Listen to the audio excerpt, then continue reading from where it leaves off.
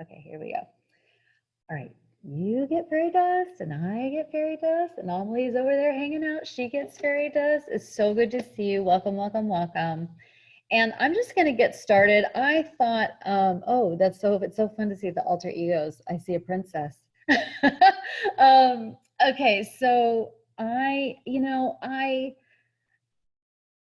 promise you, it wasn't out of laziness. I just really like the way this is worded, and I think it's just so helpful. And I also think it's helpful if we read from the source about what a fawn is, that it can kind of help us comprehend, like, oh, that's us, in a book by a professional, not just an Instagram lady, And so I'm actually going to read the definition. It's so well done. It has blown my mind. So the topic is fawning and the helping professions, with a little lesson about compassion fatigue in here too. And so I thought the first thing that we need to do is define the term fawn, define the term fawning. So I'm going to read, so forgive me. All right. Codependency, which fawn and codependency for me are one and the same, is defined here as the inability to express rights, needs, boundaries in a relationship. It is a disorder of assertiveness that causes the individual to attract and accept exploitation, abuse, and/or neglect. I have named it the fawn response. We'll just get that. Okay, the trauma-based codependent, that's us, learns to fawn very early in life in a process that might look something like this. As a toddler, she learns quickly that protesting abuse leads to even more frightening parental retaliation. And so she relinquishes the fight response, deleting, I love this, deleting no from her vocabulary, and never developing the language skills of healthy assertiveness, or just normal communication, normal relationships is my add to that. The abused toddler often also learns that early that her natural flight response, like fight, flight, or freeze, the flight response exacerbates the danger if she initially tries to flee. I'll teach you to run away from me. And then so it's the fight response is extinguished, the flee response is extinguished, and you have fawn and freeze. But today we're focusing on the fawn. And I just thought this was an important thing to just hear and let it again sink in. We understand how their habits we understand how our habits of automatically forfeiting boundaries, limits, rights, needs, and are triggered by a fear of being attacked for lapses in ingratiation. It's incredible. Like, again, my life, like my brain, I think it just like cracked open. It was like, oh my goodness, I really get this. Does anybody have any questions about that? Okay, yes, SC. I was just curious, what pages is that on? Okay, good question. No. I have lost my book. Right? Yes, you got it. And I went on a search yesterday, and so guess who bought it on Kindle this morning? So just to get myself, so I don't have the page number. Okay. Oh, you know what? Actually, this is from his website. This is, if you Google Pete Walker Fawn, and you will get this entire article, and it is all of it's good. All of it is so good. So yes, thank you for asking, and I'm glad I remembered that. But yeah, it's a great article. I think the article itself is called Codependency and the Fawn Response. But he's great. Anybody else? Questions, comments, anything? Okay, cool. And everybody that's not showing your face, thank you so much for being here. And I want you to feel as safe as possible. So you are a part of us. even yay for BB. She says, awesome. So you're here. We see you. We're here with you, supporting you. So I just wanted you to know that. Just everybody has earned their seat here. Okay. So as per usual, for me, it's always interesting when there's a paradox, a psychological paradox. It happens so often, and I've come to enjoy them. So the paradox here is, I have been thinking about all the essential workers, all the people in the hospital, the grocery stores, everybody who has a role now, who has worked ever since this thing, COVID, started happening. And I haven't done anything about it because of these two reasons. Number one is, so let's say I have a client in my office, and this client, let's say for a couple of years, we've been working on this. We've been working on Fawn. We've been, and boundaries are starting to be set, and, the self is starting to be known, and amazing and wonderful things start happening. And then the day comes where something bad happens in their life, or they actually, and forget bad, but something happens, like they might actually have to take care of a family member. Like they will be the main, either the physical responsibility or the psychological responsibility. And, and it will happen, to some of us. And so if that same client was coming in, I would say, we're going to put a pause on healing all the codependency stuff. We'll be here solving problems, because the main thing that we need to do once that happens is look at how we're functioning. What's our functioning like? And sometimes sometimes in life, we just have to get through shit. And we're not going to come through all sparkly and, saying all the right things or doing all the right things. We're just not. And that's not the time to do deep work. So, and I say the same, I'm also a grief counselor, and the same thing. So when people call me like at the 1 month mark or right after it happens, I usually encourage them, I kind of explain this, that it's really hard to, let's say the relationship was difficult, let's say a parent died and the relationship was difficult. So there was going to have to be things worked out about the grief. At the beginning, it's not the time, because you're dealing with all of the, adrenaline and and the complete exhaustion and all of that. And so that's why I have, up to this point, have thought, I don't know if it would be a service or a disservice to start talking about this stuff, because anybody who is now working, again, teacher, if I don't name your occupation and you want to shout it out, please do. Also pause button. I just wanted to tell you guys about the chat. I forgot to mention this in the announcement. So there's a chat, and you can use it, or so you can see it, or you can make it go away. And also, if you don't know how to do anything on Zoom, if you would just put it in the chat, and I know that somebody from the membership, or somebody who's better familiar with Zoom, can help you, because I'm not able to look at the chat while I'm teaching. So I do look at it afterwards. So if you have any questions for me or whatever, or you want to tell me something, you can put it in the chat, because I do review it after.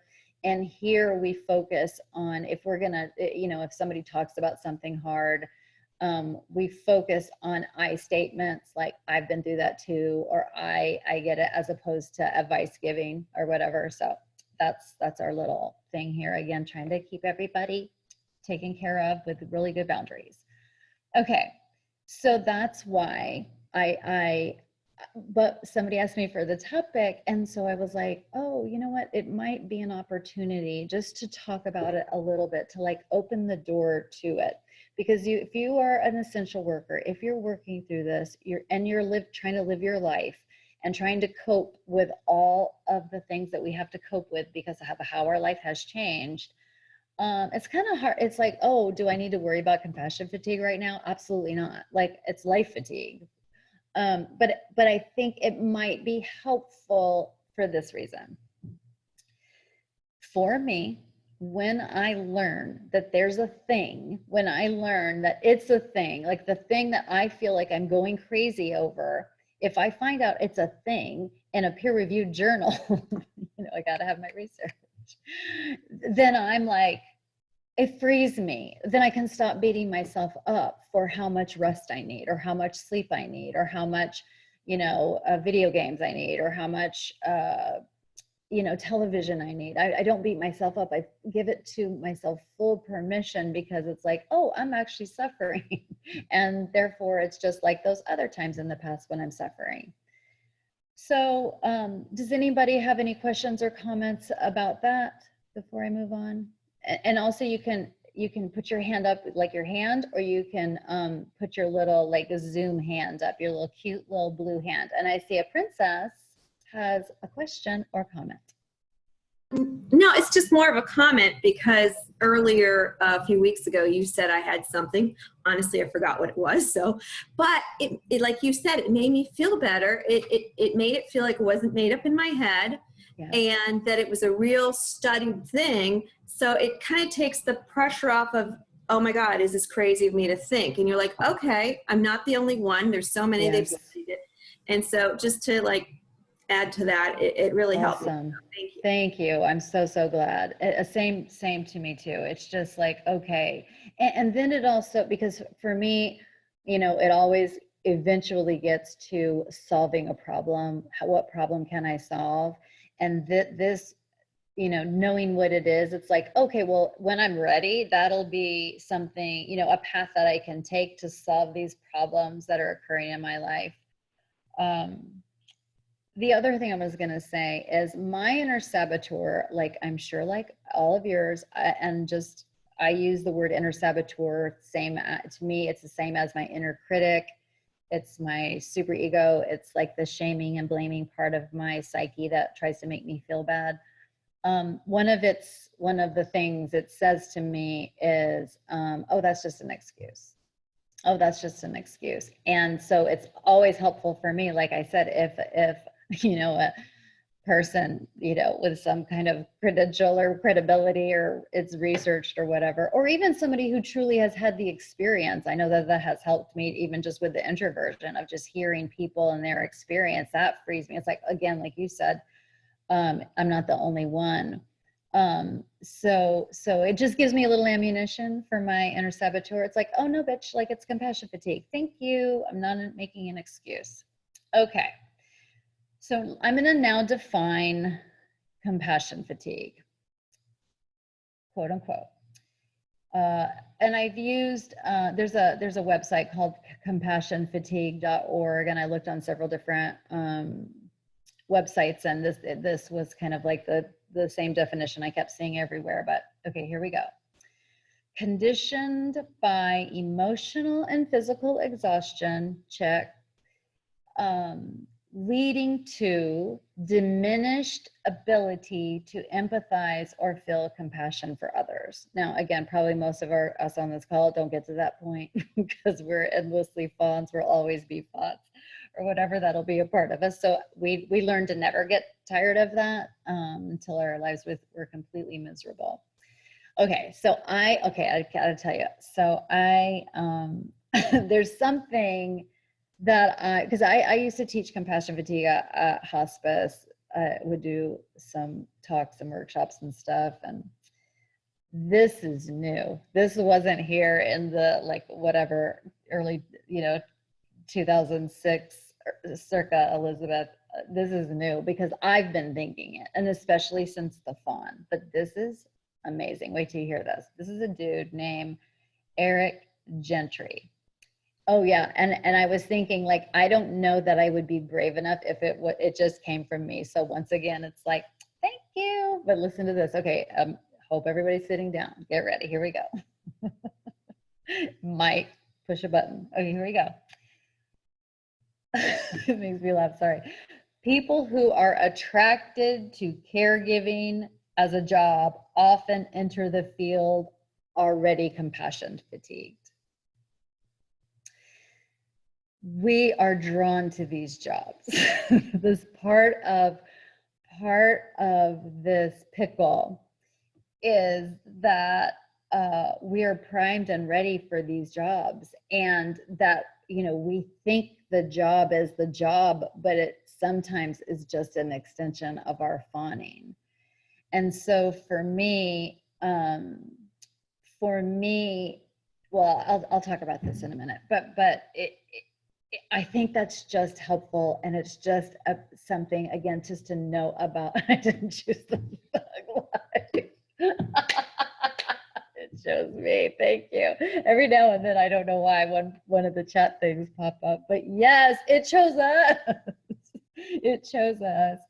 And I mean, like, pot calling kettle black. I'm a therapist, you know, a counselor, and I'm a very empathetic friend.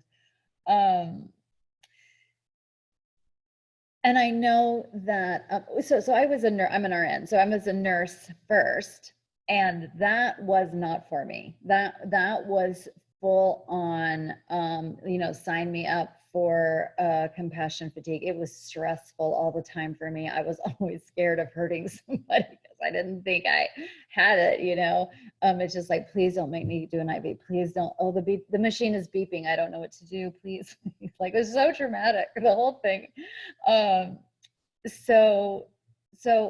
I think people go into those careers, these kinds of careers, all of our helping professional careers, thinking that, again, that it's not, it's like, oh, it's good that I'm this, but even if we're miserable.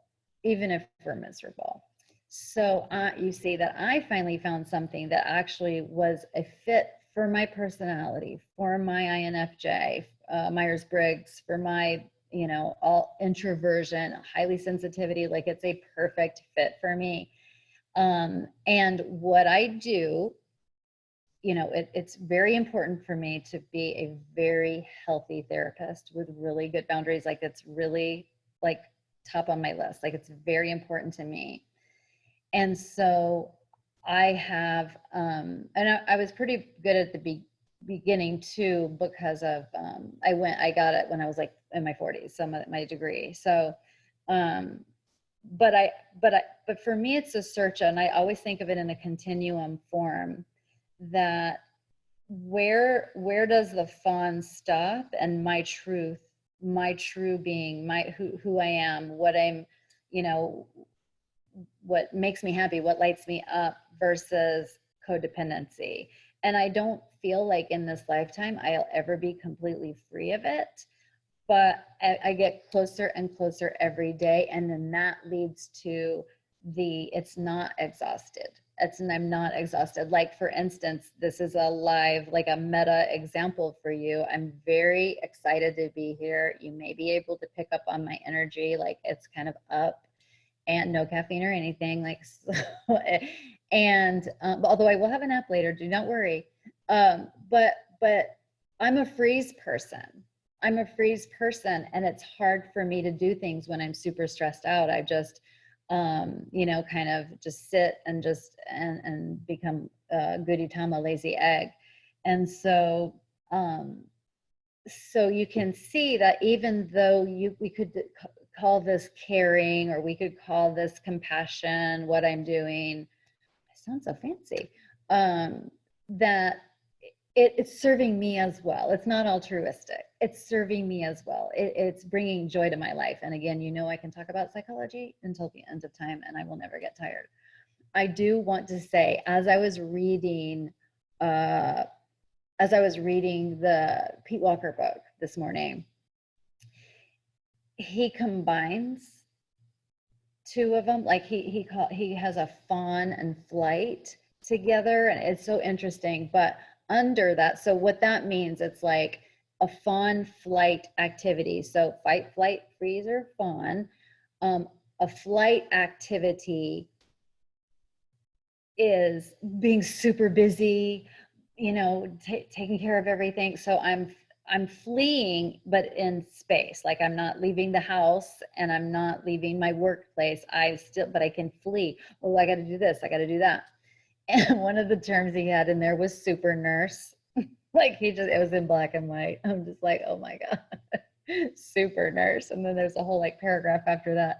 But then this was mine. I mean, also super nurse too, but also super traumatized nurse in my case. But this was mine, a misguided Mother Teresa, 100%. That was me. That I'm so embarrassed, but also, you know, again, it's in writing. You know, the thug life did not. It chose me. The thug life chose me. Misguided Mother Teresa chose me. Okay, so there's another pausing place. Does anybody have any questions about the part about why I didn't talk about it sooner, or what they think about that? You know, in whatever today's climate or whatever. Anybody have any comments or yes, super long. All right. So Princess had a general question. She said, what is it that you talked about a few weeks ago? What did you call it when we do what we have to do in a medical situation, then when it's over, we collapse?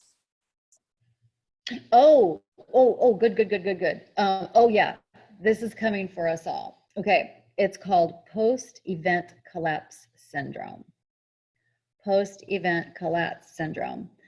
I learned about it from, she's a brain neuroscientist. Her name is Susan Pierce Thompson, and she has a whole like the scientific approach to food addiction, which I subscribe to, and she made a vlog on it once, and it was because I make it through anything. I can make it through. We all can. We can move a fucking mountain. But then afterwards, it's like, I don't know if you guys have ever done a retreat or something, and then you're on the retreat and you're just like, I understand it all. Like we're all connected. Like it's so great. And then you come home and immediately, yell at your kids for a sock on the floor. It's like, oh, that's because they're loaded. These things are very, very loaded. And so I, after something like that, then I would come home, and then that's when all the stress hits. I have chronic migraines, annoying, but one of the ways that I noticed when I started tracing them, I would get through hard family things, hard things, and then have it after. I'd have the migraine. I usually have a weekend migraine. And so post-event collapse syndrome, and it's for everything. It's for every holiday. We're going to have it after this holiday too. And the post-event collapse syndrome that is waiting for us after the pandemic. We'll need support. We'll need so much support. We'll just need to, it's coming. And this exhaustion that we're facing on and on and on through this whole thing, again, as people who work in the helping professions, because it's so extended, the time, and we still don't know how long that extension will last, we might blow up sooner than that. And so when I say post-event collapse syndrome, I mean crossing your own boundary. I mean a fight. I mean, falling back on old behaviors, just anything like that. So, Princess. No, I just real quick to go into that a little bit. I'm in Florida here. Long story short, tropical storm, saw a car roll over. 8-year-old's mom died right in front of me, taking care of the 8-year-old, all bloody, all this stuff. Horrible scene. Where's my mom? I mean, horrible. Like you said, we plow through it as medical professionals. We get through it. I took care. Somebody came up, he was bleeding. Give me your shirt. Just all that kind of stuff. Yes. I came home and I went into the laundry room. When I walked in, I took all my clothes off because they were bloody. Yes. And I went to the shower and I sobbed. Yes. Just sobbed. So that's like a perfect example. That's why I asked you, What was Yes. that? And you told me that. Yes. And so I think with people taking care of all these COVID people and the parents and the families and worried about, you know, your husband who's been at the hospital coming in, or someone with mental health counseling like you, and people are really losing it. Just even a physical thing, just like let yourself cry. Go in the shower, be alone, and blubber away, you know? So I just found that helpful, just to let the emotions go. So Yeah, absolutely. over and out. Absolutely. Great. Thank you. That is a great example. And, you know, for some of us, like we would want to cry, but we can't because the numbness is set in, or the denial, or the, you know, like whatever we need. Look, the psyche is going to make us survive. Like that's what the psyche is all about. Along with our physiological system, we have a psychological system. And it, you know, like, so if we all decided, well, this is dumb, but let's say I decide to hold my breath. At some point, my body will shut down to knock my ass on the floor. So I will start breathing again. Like it's in charge, not me. And so I feel like the same thing with our psychological immune system, or our psyche. It will make us survive. That's what its goal is, even if we have to be, you know, even if it makes us have to be completely codependent or completely numb or completely whatever. And so again, that is another reason why it's worth mentioning, just so when you see these things. And I wonder too, if you know, people working through this, it might be a lot of little post-event collapse things, like the end of the test for the teachers, or the end of the thing, or the, you know, yeah. So there might be a lot of it. And I would just use your life as your data, like, and really say, oh, I must be having one of those post-event collapse syndrome. Oh, I must be, you know, the compassion fatigue is hitting in because this isn't like me. So, yeah, anybody else? Yes, super long. To build on Princess, because I used to work in the ED, or the emergency department, and it's kind of like being on autopilot or just complete dissociation through the entire shift, because codes. And I remember there's this one day where this lady, how she found out she was pregnant, she was having a spontaneous abortion, so she was having a miscarriage. And her 3-year-old daughter was there, her husband was there, and you know, you're expected to just go to the next person like nothing happened. And when you come home, it's just, because it's like tears are not allowed. Like I've known colleagues who have gone to the supply closet or the stairwell just to go. Absolutely. Absolutely. Yes, KD. Yes, that's exactly what I was thinking about, is like sometimes these things are exacerbated depending on like your work or your supervision or whoever you directly report to, if those responses are not seen as professional, or as it's seen as something that like you have to handle on your own, right? Like that's not part of the work's responsibility or employee's responsibility to help you process those things. Like that's on you. You figure it out on your own time, right? Like pushing that self-care responsibility on yourself. I work at a rape crisis center, so a lot of the work that we're doing is finding ways to like systemically support our staff, and make it like part of our responsibility to make sure that we are taking care of our staff, and that it's not like you figure this out on your own. Of course. And also recognizing that like you can be a professional and still have an emotional response. Like you can't not be emotional in those situations, right? Yes. We are programmed to have empathy, and like if we want to do our jobs well, we should be empathetic towards the people we're working with, so we're gonna be emotional about it. Absolutely. Right? And kind of trying to like normalize that, which I know in a lot of spaces and a lot of like professions, that's not seen as part of the process. Right? Absolutely. What, you know, one of my fears in becoming a therapist was like, what if I start crying? Like, what if I start crying because something's so sad or whatever? And, you know, fortunately my, you know, how to do it just all came to me. But there was a client very early on, and it was a child loss. And you know, she was just telling her story you know, and kind of introducing me to her child. And I just had tears, but I could also feel I wasn't making it about me. I was just listening. I was still reflecting. I was still supporting. I was still, and then, you know, I got a, months later, still working with her, she said that, she mentioned it and said that was one of the reasons why, you know, she felt like she was going to be able to accept help from me, even though I hadn't lost a child, because, you know, my empathy was there. And I could argue this to say that I wasn't being unprofessional. I was being human.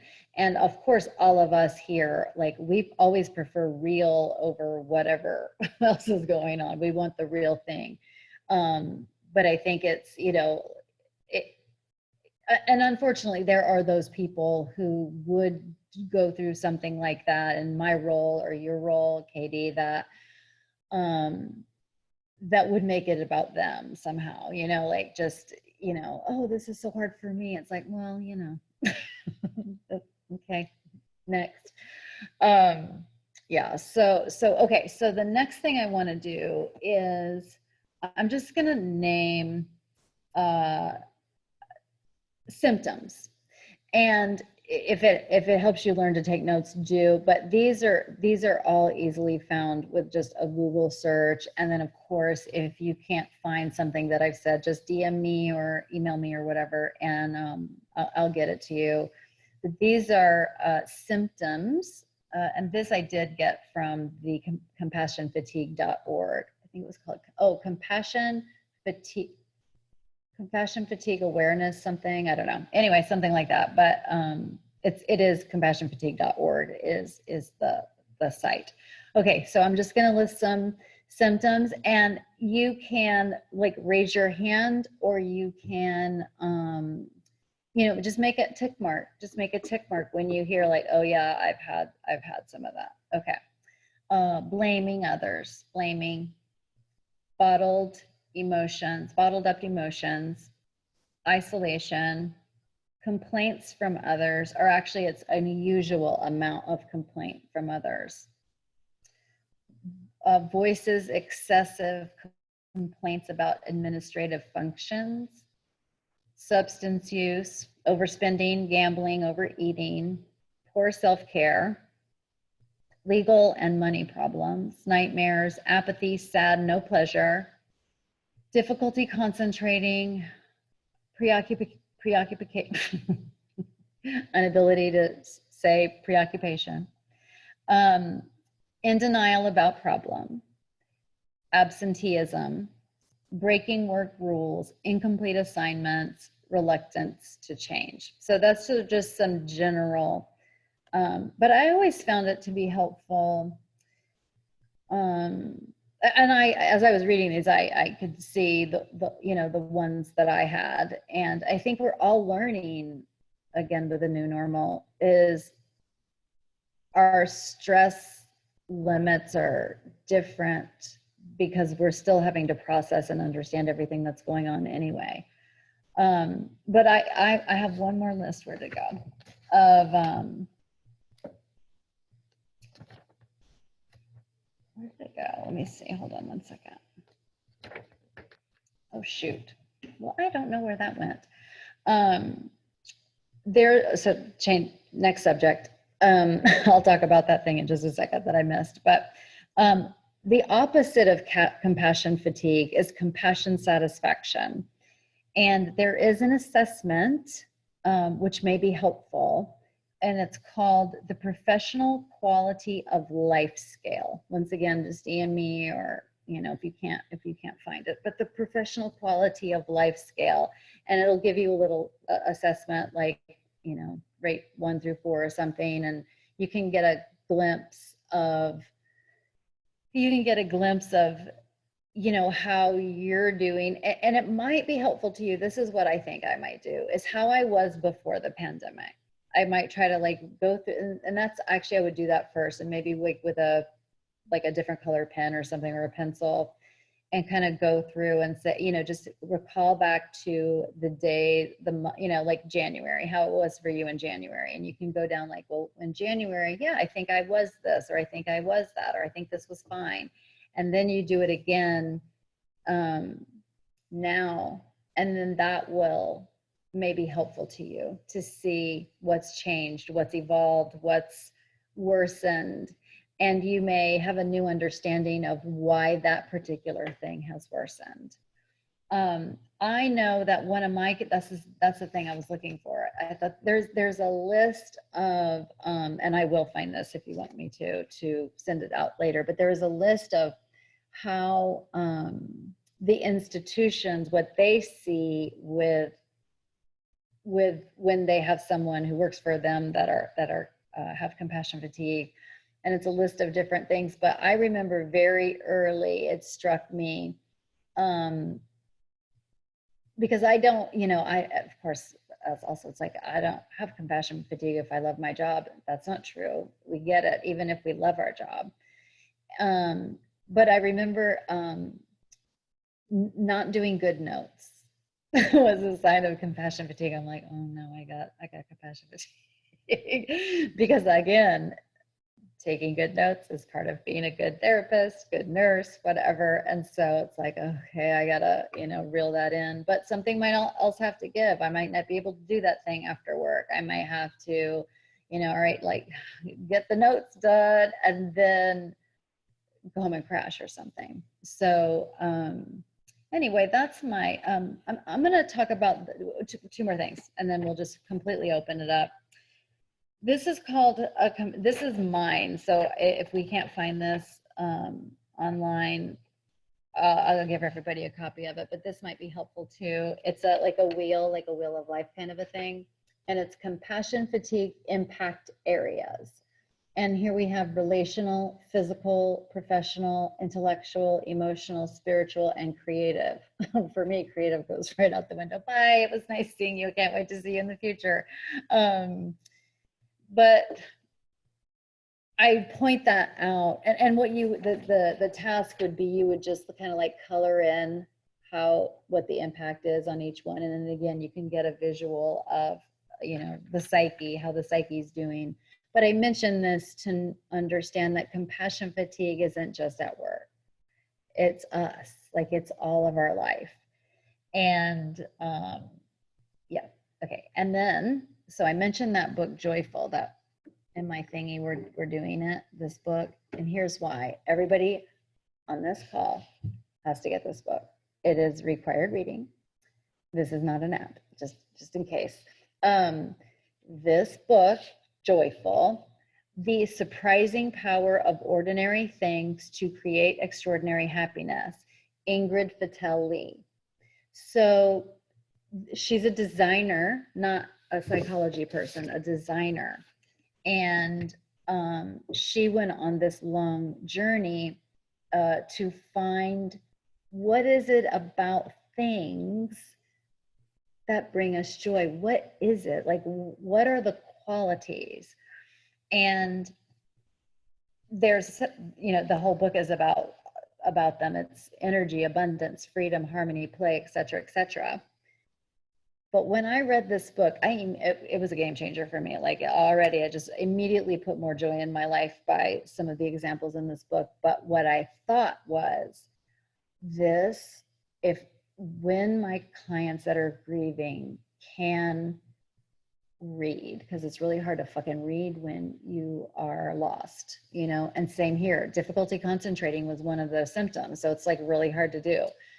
But I thought the reason this is important is that how all of us here, we're interested in advanced personal growth. We're like taking no prisoners. We're going to do it. That's who we are. That's what we're doing.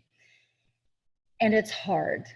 This is hard, and it requires sacrifice. You're sacrificing your time to heal, to learn things. You're sacrificing, we sacrifice money, et cetera, et cetera. And we sacrifice, we sacrifice being right. Sometimes we sacrifice a lot so we can do this work.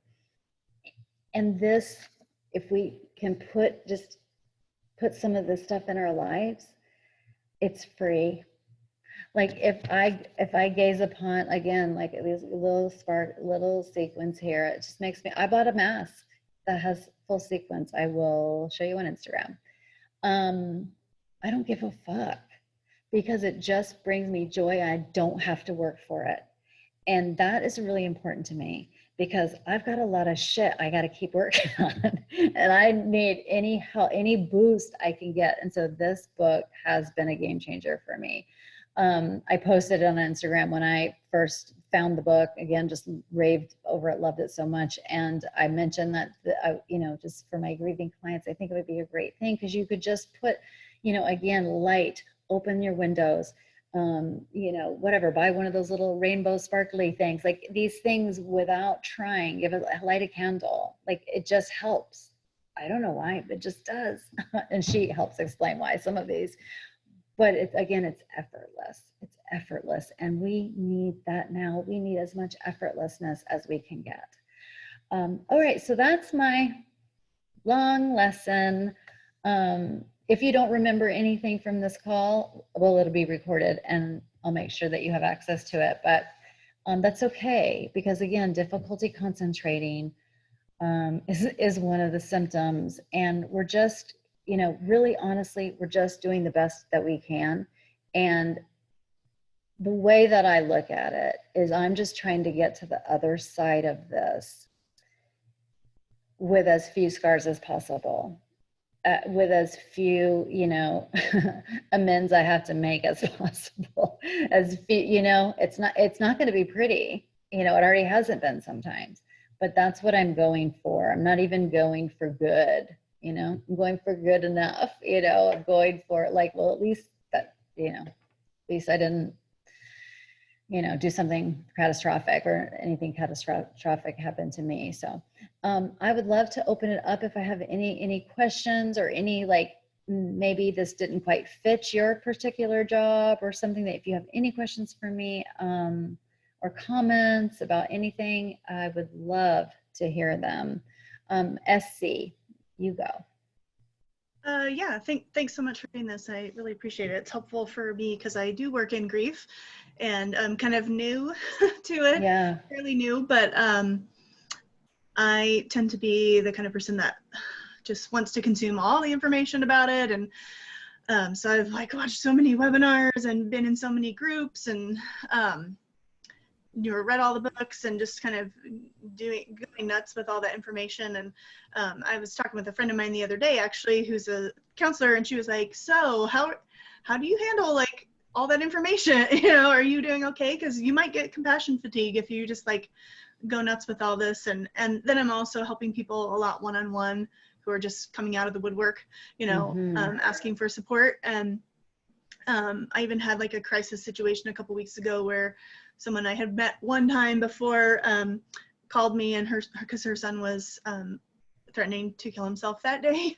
And I'm like, I'm not a crisis counselor, but I sort of had to, you know, step in and help a little bit. Yeah. Mostly I got them information. I was able to connect them with some resources and it worked out okay. But it made me kind of realize, well, this kind of thing could happen more frequently and it could be even more intense, and maybe something could really go wrong and there could be an actual real trauma that happens, you know, and then how am I going to deal with that? And it was really weird. A couple of days after that, I was on Facebook and I saw an ad for this webinar series about compassion fatigue among mental health and social work professionals. Amazing. And I was like, oh, that's a God thing, you know? So I watched that. It was like a 2-part series. I actually just put the link in the chat because she's offering free replay for to the end of the month. So if anyone's interested in those. But she talked about how compassion fatigue really was a combination of burnout, which is kind of what I thought of compassion fatigue. I sort of thought it was just burnout, really, like extreme burnout. But she also talks about how there's a trauma component to it, and that it's really not compassion fatigue until there's a trauma sort of aspect. And it can be secondary trauma. Usually that's what it is. So it's like because you hear these traumatic stories all the time, or you get pulled into some drama that, you know, ends up being traumatic, that's what really causes the compassion fatigue, and that the burnout's not really trauma related. It's just more like those chronic long-term, like energy draining Yeah. things. So I thought that was really interesting way to look at it. I'd never really thought of it quite that way before, that it's Yeah. you kind of have the burnout aspect that's kind of the simmering like underneath thing, and then you Yeah. have the trauma that happens. And Yeah. that can look different. I mean, that there's a lot of ways Sure. trauma can happen. Sure. Thank you. Thank you so Anyway, much. I thought that Yeah, awesome. Thank you. Mhm. I'm glad you brought that up, because I was actually, I wanted to mention it too before we got off. But for me, so for me, part of my stuff, this is my stuff, take it with a grain of salt. I, so again, grief counselor, like the difference between bereavement and mourning and grief, like I don't have time. I don't want to know. I too confusing. Like I'm tired. I have difficulty concentrating. Let me just say I'm grieving or I'm mourning, whatever the word you like to use, or I'm in bereavement. Great. Let's use that word. But there are differences in the definitions. And again, I'm not, so for me, it's just helpful to mix compassion fatigue and burnout. And that can, because it's just like, and also I feel like for me, because we'd all heard of burnout like earlier in our lives, but then compassion fatigue came along, and it kind of like, because anybody could be burned out, like any career, like somebody could be burned out of that career, but compassion fatigue really like, it's our burnout, it's like our special type of burnout. yeah, exactly. And it's a continuum. But my deal is always do what's ever most helpful. Use the words, use the difference, like whatever is most helpful to us. So the thing that you said, and I think you actually said it, but I just want to say too. So sometimes it's not just the sheer numbers or the hours you're working or the environment or whatever is leading to the compassion fatigue. Sometimes it is what they call secondary traumatization or vicarious traumatization. So an example for me would be, I'm listening to a client and they're telling a for real horrific thing, and that's disturbing to hear, something like that to happen to any human being. And like I said, because I actually keep my one of the ways I avoid compassion fatigue, I keep my the number of clients I do a week very low, just because, and so it's not really a thing, but every now and then something will get in there, and I'll just like, okay, well, I got to process that. And also for me, as far as vicarious traumatization, it is my honor. It is my honor. It's my professionalism. It's my vow that I'm a person that's gonna meet you where you are and bear witness and reflect and support. And there are certain kinds of issues, psychological issues, that I cannot do. Like for instance, when somebody asked me, like, because everybody at this point knows that I'm a food addict, I actually don't work with eating disorders in my office because I just want to eliminate any triggers. So, again, I don't want my stuff coming in my office. So that's how I think of it, as like, if something like that happened, then I might actually like, I might need a little time off to process or whatever. But that's a great point. Does everybody understand that definition of like, like Princess described, what happened, and that was, that in a way we could all have vicarious traumatization, because again, we're showing up, we're listening to these stories, we want to hear them. But that was probably you crying, like that was for you because you were legitimately traumatized by that event.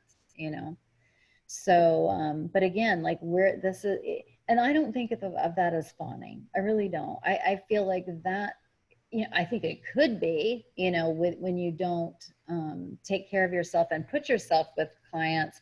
Another thing that was actually difficult for me to work with when I was at hospice was people who with Alzheimer's. And, you know, I felt kind of even bad about saying that out loud, but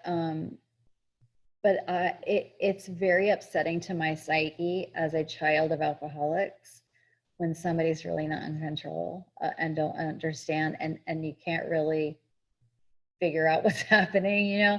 And I did it, but I knew that like wouldn't be a specialty for me or anything like that. I'm fine with working with people who have that issue with their mom or dad or any like older, you know, my clients, it's their parents, but we just, and that's part of our, you know, our self-care, and also our, you know, it's a way that we respect the people that we do work with, that we don't put ourselves in places where we continue to be re-wounding ourselves. Yeah. Yes, please. A. You can use my name, it's okay. Thank I was Abby. wondering if you have any suggestions for being able to differentiate between like the general depression that exists when you're depressed versus compassion fatigue. Yes. And like how you can tease those apart. Yeah. If it's possible Yeah. to do so. I think it is possible. It's just about like, let's say I just need to like turn my brain off. It's probably partially because, well, in my family, somebody decided it was good to just go get their hair cut without telling me that was on the agenda of like, are we doing that now? That was stressful for me. You know, that was like, and it was shocking to me that it was such a big deal. It really was, because so for me, that thing, that representation of two people like being on the same team, really washing, like doing the whole thing, and then one of them choosing to take a risk like that. And again, but am I being paranoid, or am I, you know, so that kind of stuff that's crazy making. And then to me, it was more of like, well, what am I doing? Like, you know, because in my mind, we were just continuing until we couldn't anymore, you know, that it was like, we can go out now and do things. So I had to readjust. What's my new normal now? What am I willing to do? Do I want to do that? Do I not want to do that? What do I consider essential? And also now I need to use my words better. And by the way, I did know it was going to happen, but I didn't set a good boundary around it, but I didn't know how upset I was going to be until it was happening. So for me, like if I was miserable and yelling at everybody or completely shut down, I feel like I need to go do that work. And for me, it's very helpful to write all this shit down. Like, okay, what's what, bitch? Like, get your things. Like, what's going on? Are you really mad at him? Is this being upset at coronavirus? Like, are you whatever? And so, but what I do is if it's like, oh, that was hard or whatever, it's not important for me to tease it apart. But I bet you, and I'm wondering if maybe you could come up with a couple of examples, like you actually can do it and you already know for yourself. Do you have any thoughts about that? Any ideas? I think it's,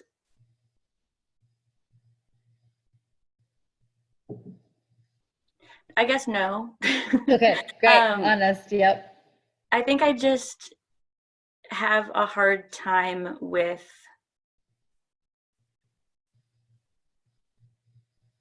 like, because I don't have my helping professions job is both very joyful and also just really hard. Yeah. And so I just can't figure out like how much of it is just hard, how much of it is twice as hard because of depression, how much of it is just depression. Yeah. And like part of what I'm trying to figure out right now is like, should I keep doing my job, or do I go back to school and do a different helping professions job? And then wondering, like, is it just going to be me regardless, and everything's going to be hard and miserable just because it's me, or is it the job that's the problem? Yeah, I would, that's great.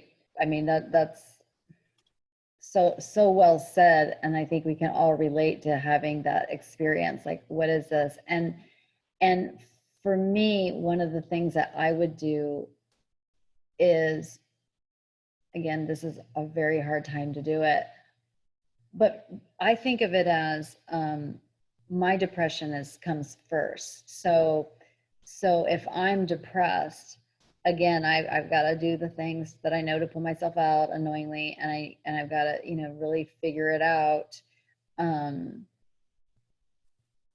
But for me, it's always, it's like levels, you know, and I might say, because a couple of days ago, I was like, well, should I do this or should I do that? I don't know. I don't want, should I do anything? Like apathy. And it passed, like it totally passed. And so for me, I want to make my decisions when I'm not depressed. And so that's what I would do, is I would say, okay, I am depressed. You know, first I would do is just take some time off if I could, or whatever time that I could take, you know, whatever, all the time outside of my responsibilities, I'm going to just rest, or, you know, do whatever I need to do when I have my depression. We all have different things we do. You know, stay in bed, don't move, whatever you want. And then once I do that part of it, like full on self-care, extra therapy sessions, like whatever it takes, then I could get some clarity. And then what I think would happen for me is that I would know. Now, it could be a situation where I was doing something and the depression was right there all along, riding with it, and I just can't do it because I'm depressed. Like, I can't do it. But that's more for me, as like, what's the solution to this problem versus I'm going to think about my future. You know, does that make any sense at all? Sort of. I think the thing that's hard for me is that my depression doesn't like to just not exist every day. So there is no like, oh, this will pass. Like, nah, it's here. Yeah. And that's when that's time, you know, that's therapy, that's medicine, that's, you know, oh, girl, whatever the things I'm that are so heavily medicated. I love you. I mean, I love you. I know. I know. It's a nightmare. I hate depression. But like I said, that's one of my, like, it comes to call every now and then, and it's a nightmare. And I had one several years ago that was just brutal. Yeah. I get it. And so the trouble, you know, that saying about what happens in grief versus depression is that grief, the world looks sad, but depression is I'm sad. Like, I look sad. My inner life is sad. I can't make heads or tails of anything. You know, it all is confusing. Oh, and my inner saboteur can get more digs in and more confusion. You should quit. I truly, when I was in that depression, I thought I should quit counseling. I really did. Because I'm like, why, you know, is this, again, you know, you've already heard me talk about, like, it's important to me to be good. And I'm like, can I be good like this? Like, can I, you know, this is miserable. And my therapist was like, you're not quitting. You've got to keep doing it. And of course, she was absolutely right. But for a while there, I was lost and extremely confused. So I'm sorry. And for you, I think maybe this talk wasn't helpful. I don't think it, I mean, hopefully it wasn't hurtful, but maybe this is too, you know, again, if I'm depressed, I'm not thinking compassion fatigue, I'm thinking depression. And I got to just figure out my depression. I would know that because I'm smart and you're smart, that probably some compassion fatigue is mixed into it. But I'm depressed. Can I mention I really, I mean, please think about it. You can pause to ask me because I don't want to put you on the spot, but I was wondering if I could mention some, you know, one of the way, or maybe you can tell us a way that you had vicarious traumatization, like right when this all started with your students. With my kids, a lot of it is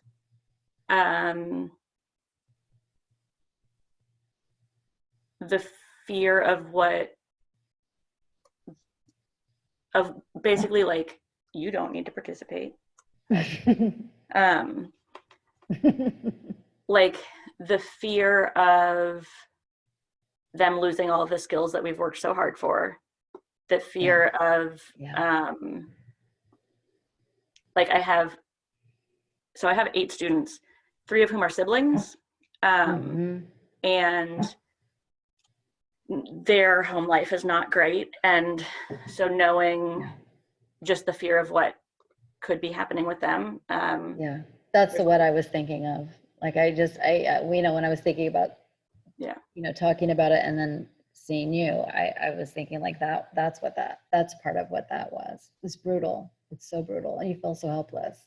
Well, and not even my kids, but like I've gotten looped into supporting a bunch of other kids in the school that are not mine, but because we have like crisis management training, we get looped into managing the care for those kids.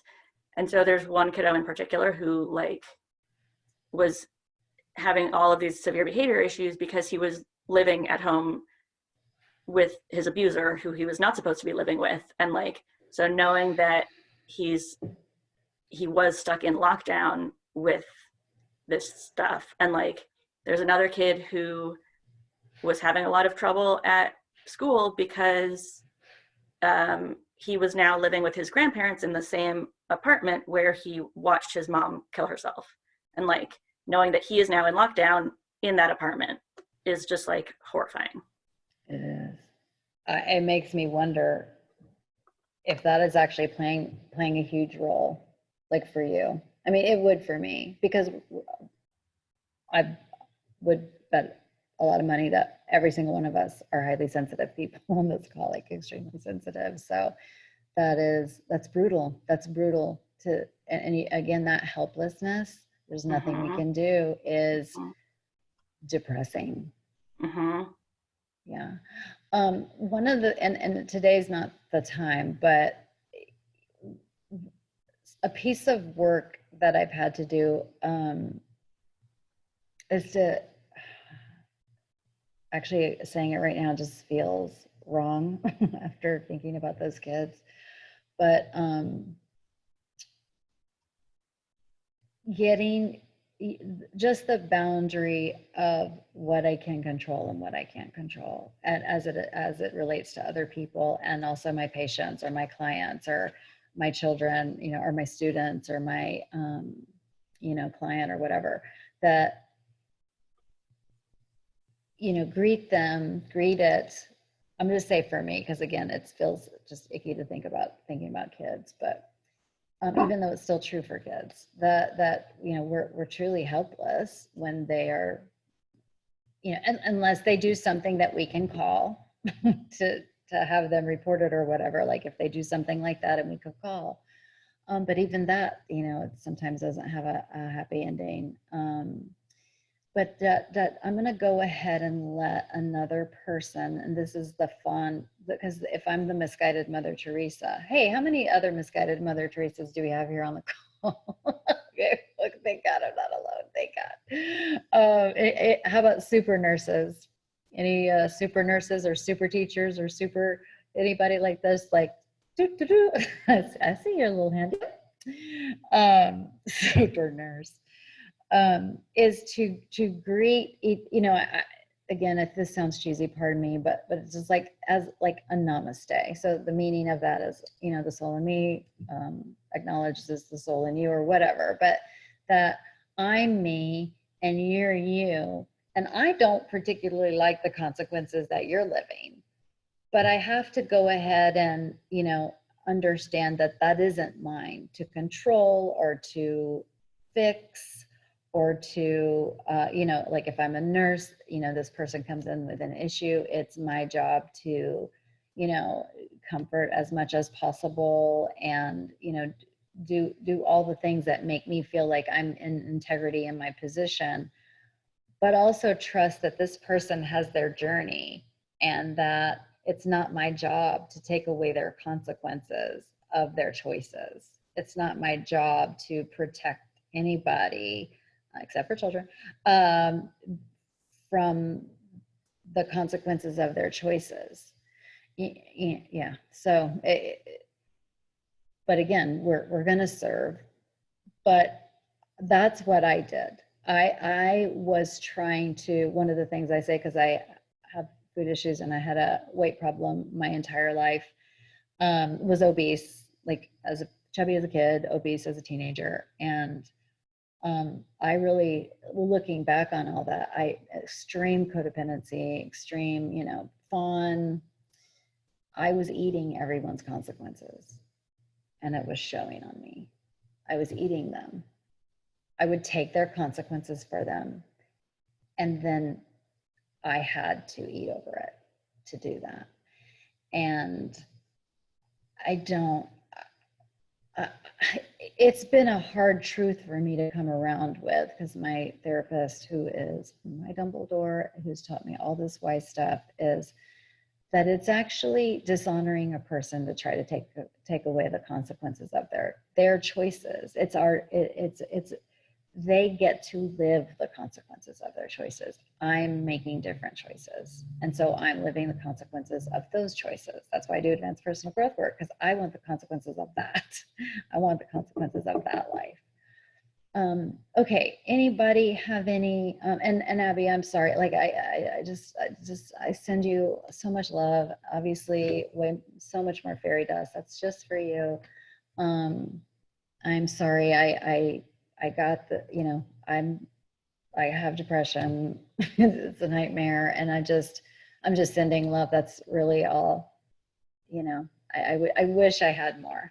But that's like one of the, why I don't have very many memberships. Join my membership. There are no easy answers here.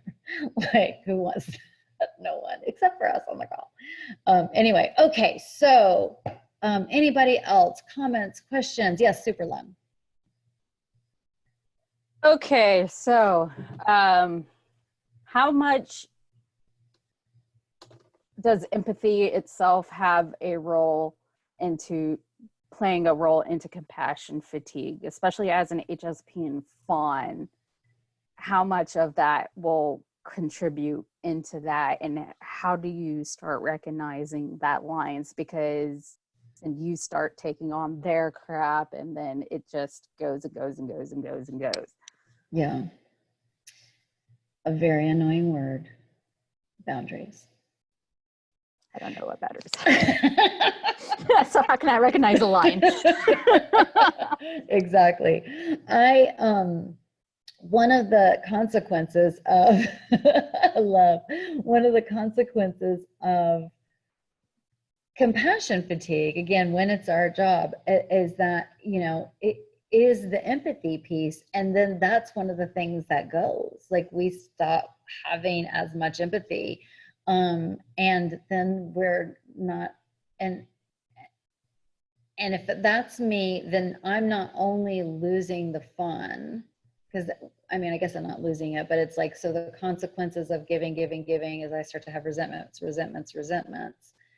And then that eats up into any healthy empathy that I have. And so I think that the empathy, you know, so I've never really been able, it's so weird. Like, one of the things that I used to say to prevent me from going to therapy was, or my inner saboteur was like, you're just paying her to be nice to you. Like, that's all it was. And then I became a therapist. And what I realized was, it was just such a weird thing. Like, the money and the thing seemed to be disconnected for me at first. It's like, how did I get that money? Like, I was doing everything that I love, but what I learned, because eventually I had a client that I ended up not liking. Please forgive me. Unfortunately, I'm not going to edit this, so that's going to be out in the world, but it happened. It happens. But she still got my care. And how I knew I didn't was I was never excited when I saw her on my calendar. I always get excited. I'm like, oh, but when I say, oh, okay. And then I'm like, oh, I got to make sure I'm being good with her. But that's when I truly understood what I was doing and how my empathy played a role, is that the person is paying me for my professionalism, for my degrees, for my school loans, for my electricity, for my phone, you know, like they're paying me to show up here with all my years of expertise inside the school and the school of life. But no one could pay me to like them. Nobody can pay me enough to like them. And that was so exciting and freeing. And so, because that just, the caring just comes because of this human connection, this incredible, you know, connection that we can have with our clients, students, or teachers. And I think it's one of those things, like, we just know, like, if it feels good, we know, like, if that feels good. But then we also have to keep an eye. I've just done a thing. I've started to set a boundary with myself. I've had to make a little bit of a change in the way that I do things. And I really like the way that I do things. But I had to change because I want to make sure that I'm not fawning. And so I'm doing that, even though it felt good, it felt right, but I'm making the change anyway because it has more integrity in it and more, you know, I know we're too smart now. Like, we all know about fawns, we know about compassion fatigue, we know. And so it's going to be hard to, like, we'll know, you'll know. And that's when it comes down. So for how I would do this, and this is another answer to your questions, like, great, got the knowledge, sinking in, questions and answers, sinking in more, you know, maybe a tipper here or there. But when I get up from this, well, it's happening now, but also when I get up, it's tools. If I get lost, I use my tools. I'm going to use my ladder of trust with my patients, with my clients, with my students. You know, they say they want this, but their behavior is here. So maybe they don't actually want it. So let me meet them where they are. I'm going to use, you know, some of the other things that we've talked about. I'm going to use whatever, like the things that I know to do to be less fawn. Like, I know if I do this, I'm fawning. Okay, so how do I stop doing that with that person? And then I'm trying to find a tool to use it with. So how does that land? What do you think? It lands. I had to know empathy with boundaries, with use of tools. Yeah, tools are it for me. Tools are my everything. Like, tools, having them makes me know that whatever the fuck happens to me, I'm going to be okay, because I will have my tools. It may take me a minute to remember them. It may take somebody holding my hand to help me remember them. It may take, you know, therapy every day or whatever, but I mean the worst things you could think of. Like, I know that I'm going to be okay because I have tools to figure it all out, and they're everything to me. They're my powers, you know?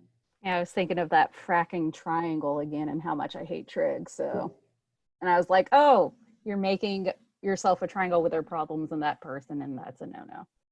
Beautiful. Oh, such a good connection. Yes. Oh, triangles are, oof, they're not good. So just in case anybody doesn't know, a triangle is when you talk about this person with this person. So it makes a triangle. And the point of the triangle, it's always toxic. It's never healthy. And so like the mom tells the daughter, I'm going to tell you about this. Don't tell your sister. Okay, she wants me to tell my sister, except when I do tell my sister, which I am going to do, and I'm going to be super dramatic too when I do it. Like, wait till you hear this, because it's like you get that codependent high. I'm going to get in trouble for telling my sister, even though you shouldn't be telling me what you should be telling my sister. And so once you figure that out, it's like, oh, I'm going to back out of that triangle and let them have their actual relationship. I don't need to be the messenger anymore. But we don't know to stop doing that until we understand. So anybody got any other questions or comments? Or, oh yes, HS. Hey. Hey there. I'd love for you to talk a little bit more about that codependent high, but I had a thought of a tool that I had learned from you and have used myself. Awesome. I work in public health, so I work for State Department of Health. I'm very much drawn into everything that's going on right now. Yes. But this is when I first started to click with me that I'm a Fawn, is I had an employee that was very challenging and difficult. And whenever she would come to my office, it was like, how are you doing today? And I'd want to like get into everything that we need to discuss, like expectations she's not meeting. And it would be this huge thing of all these horrible things are going on in my life. And I found myself fawning on her and like letting her run over my boundaries. And one of the tools I've heard you talking about is like having little symbols. So I put like a thing in my office that was like a little binder clip that said like, get to the point. And that was to remind me like, okay, Hillary, like stay conscious.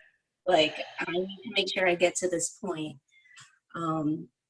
Yeah, so I want to share that. And then I would love to hear a little bit more about that codependency high, because I think sometimes I try to avoid my own problems and I just want to save everyone and help the world. Yes. Oh my gosh. Yes. Thank you. And I'm pretty sure you are the one who suggested this topic. Is that true? Yeah, that's what I thought. Thank you so much. Thank you so much. It was a great idea. I loved it. And you gave me permission to talk about this stuff now. So again, hopefully it's not overwhelming. It's more helpful. Okay. So my mom called me and told me, this was several years ago, and she wasn't well or something, like she was sick or something. And I, been working on boundaries with everybody, and I was on the phone with her. And after I got off the phone, because it was like, I gotta go and I gotta cancel my clients and I gotta, it was just, and then I looked at myself and I'm like, oh my God, you're high off of this.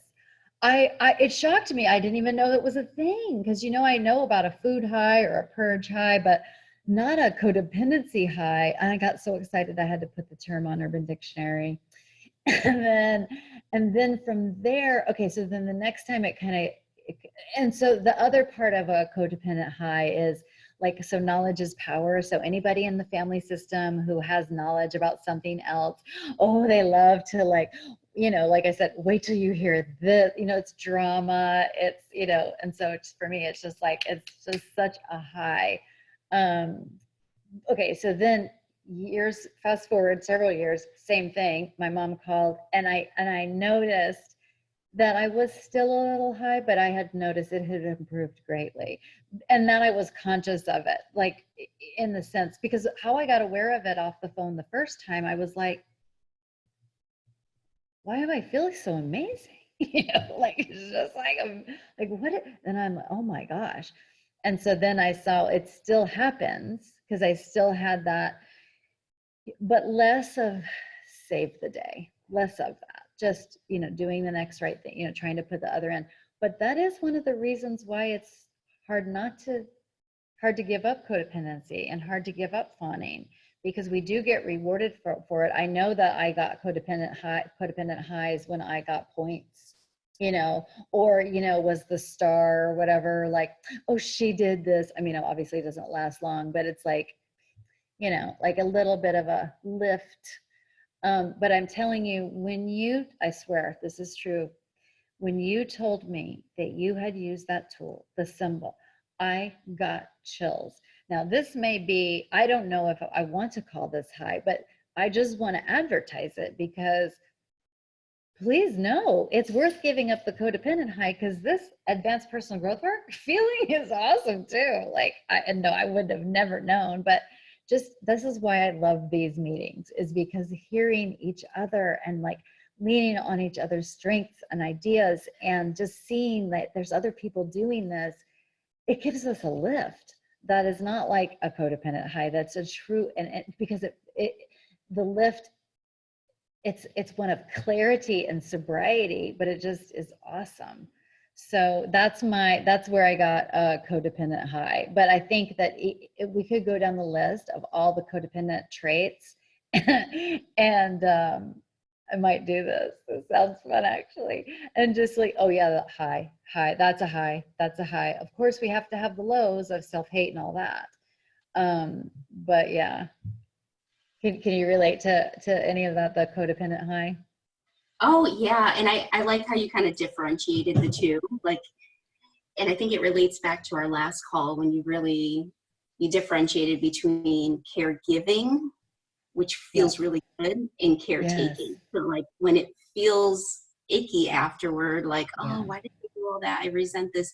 That's the kind of the fawn response. Yes. When Yes. Oh my goodness, I feel really good. This lifts me up, which I think is why a lot of fawns are drawn into these helping professions, is because it does lift us up. But we just have to watch that boundary and just become more conscious to it. Yeah. Yes. Well, Thank you. How, I love that term. you're so welcome. You're so welcome. I read a book several years ago, and he made up words, and I'm like, we can make up words? And I was like, so I had fun making up some words. It's like, just get permission, you can do it. What was I going to say? What did you just say? Sorry, sometimes I lose my train of thought, but I don't know. I do think that there is, the reason for getting into these professions. And I feel like the hope, if we're sharing our experience, strength, and hope by doing advanced personal growth work, I really feel like my caring is more, it's pure, it's more clear, it's more real. And I think it's just, is a good exercise to notice, like, high versus like, this just feels good. Like, I feel like I'm lit up. I feel like I'm, in the groove. My behavior matches my words. It just feels fantastic. So I hope this was, oh yes, go ahead, Princess. It's so funny to say that. I love it. I've said Princess 4 times. I get to go to bed tonight knowing that I have said the word out loud, Princess. 4 times. No, I was just going to say that, as I've learned these skills from you and stuff, I don't know if it's a unfawning or something, but I feel lighter. I feel like I don't have to go save people. I don't have to solve my brother's problems. I don't have to tell him one more time what to do and he doesn't do it. And it's just like, it's so relieving. And I don't know if you guys have had that experience, but like, it's just, it's such a relief. It's huge. But sad that I'm learning that at 54. Look, it takes what it takes, same. But let me tell you something magical about this.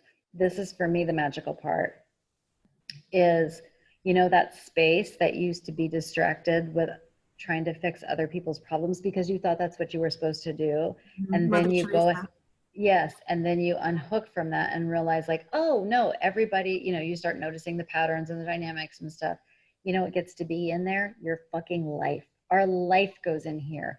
And for me, I'm finding out more and more, it is about me getting to be myself, me getting to experience life on life's terms. Like I'm getting that now. Before I was gone, I was gone taking care of other people or whatever, or my, the fawning that I thought was my Mother Teresa misguided lady.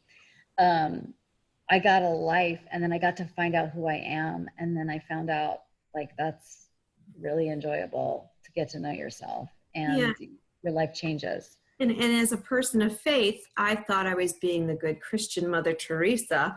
Yes. And how can you not be compassionate and help people and da-da-da? Look at me. Katie's like, yep. And then I thought, I'm not a good Christian if I don't do that, because I'm called to do that. Yes. But guess what? I still have a great relationship with God for me. Well, And my prediction is that you are going to find the you that your family now has is actually a higher purpose. Like that was actually what God meant the whole time. That's what a good Christian is. I'm saying this because it's her language. Everybody uses their own language. I didn't want people to think that I was saying that from my own point of view, but that's because look at the gifts that you can give from this place, and I just mean the gifts of just being you, and the gifts of, like, again, clarity and kindness, but without having to be codependent and really more authentic. Yes, I think that's the point. Like, that's what we're supposed to be. Yeah. Awesome. So, wow. My prediction is that that's how it's going to be for you, and that'll be a miracle. Thanks. Okay, anybody else? Any burning desires?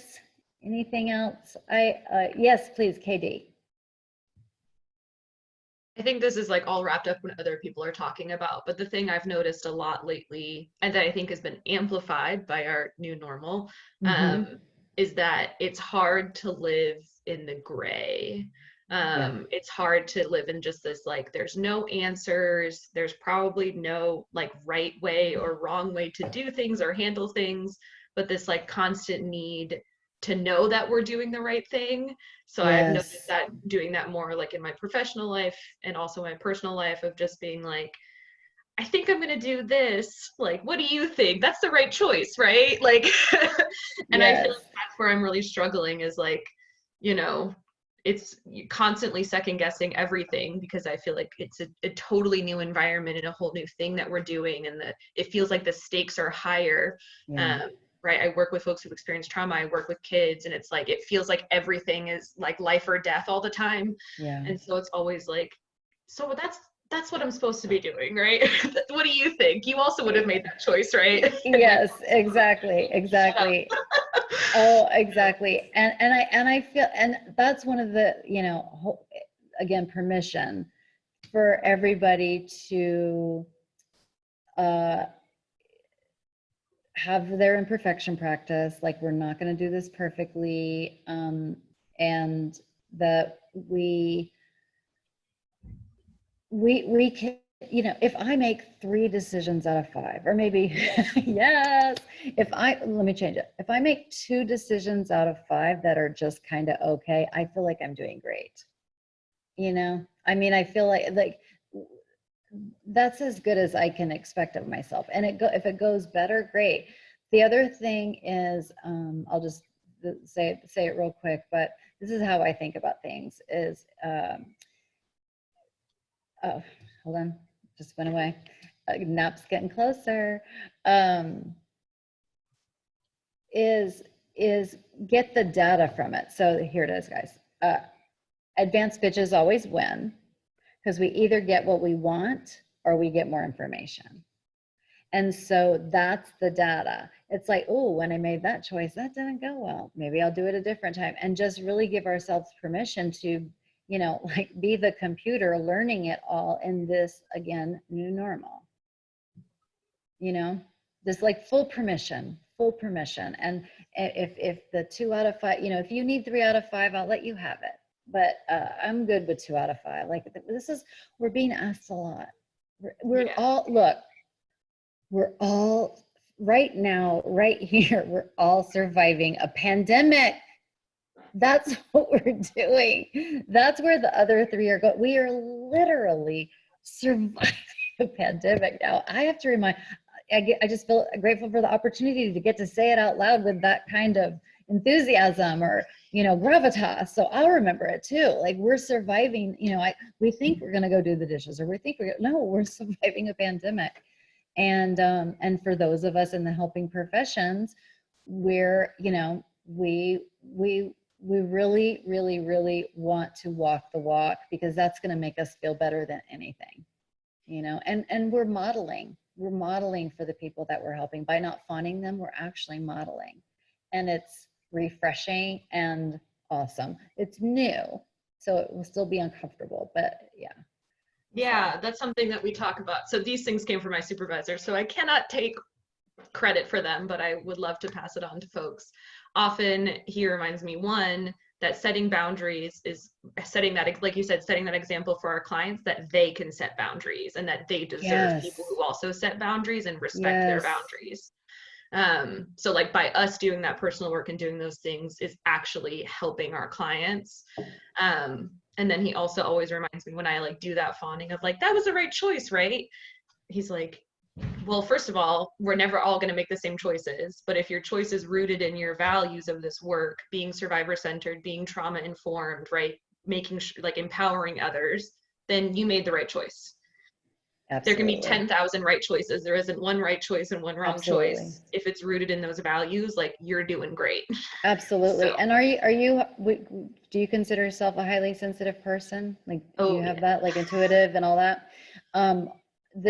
I could talk again forever about this, but I just will leave this real quick with you, which is the thing that you're not thinking about. And I learned this myself, so that you're not thinking about, let me say it a different way. If I have that same feeling, I met with a client and then I'm like, oh, did I do the right thing? What I learned was when I make that determination, when I make that reflection, the cognitive work of did I do that correctly?